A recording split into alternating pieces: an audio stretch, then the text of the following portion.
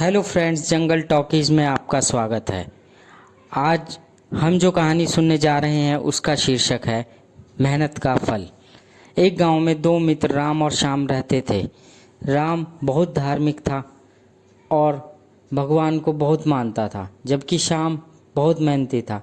एक बार दोनों ने मिलकर 1 बीघा ज़मीन खरीदी, जिससे वह फसल उगाकर अपना घर बनाना चाहते थे।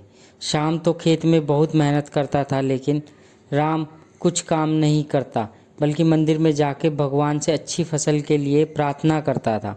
इसी तरह समय बीतता गया। कुछ समय बाद खेत की फसल पककर तैयार हो गई, जिसको दोनों ने बाजार में ले जाकर बेच दिया और उसको अच्छा पैसा मिला।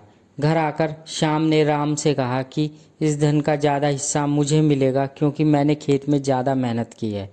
यह बात सुनकर राम बोला, नहीं, धन का तुमसे ज़्यादा हिस्सा मुझे मिलना चाहिए, क्योंकि मैंने भगवान से इसकी प्रार्थना की, तभी हमको अच्छी फसल हुई। भगवान के बिना कुछ संभव नहीं है। जब वह दोनों इस बात को आपस में नहीं सुलझा सके तो धन के बंटवारे के लिए दोनों गांव के मुखिया के पास पहुंचे। मुखिया ने दोनों की सारी बात सुनकर उन दोनों को एक एक बोरा चावल का दिया, जिसमें कंकड़ मिले हुए थे।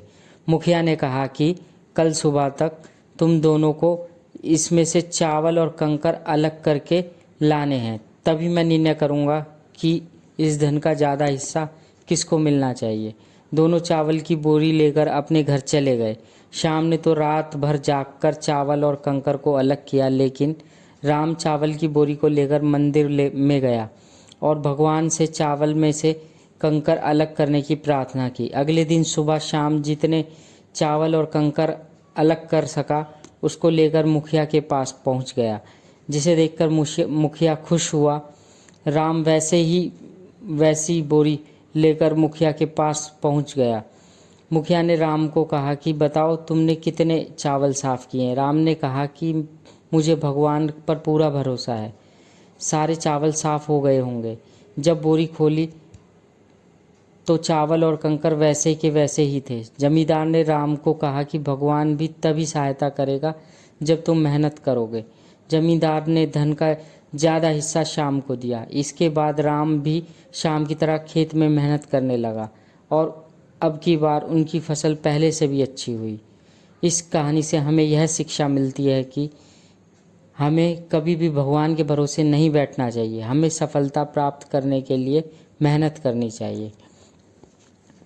तो फ्रेंड्स, आपको ये कहानी कैसी लगी? Please like, comment and subscribe to Jungle talkies.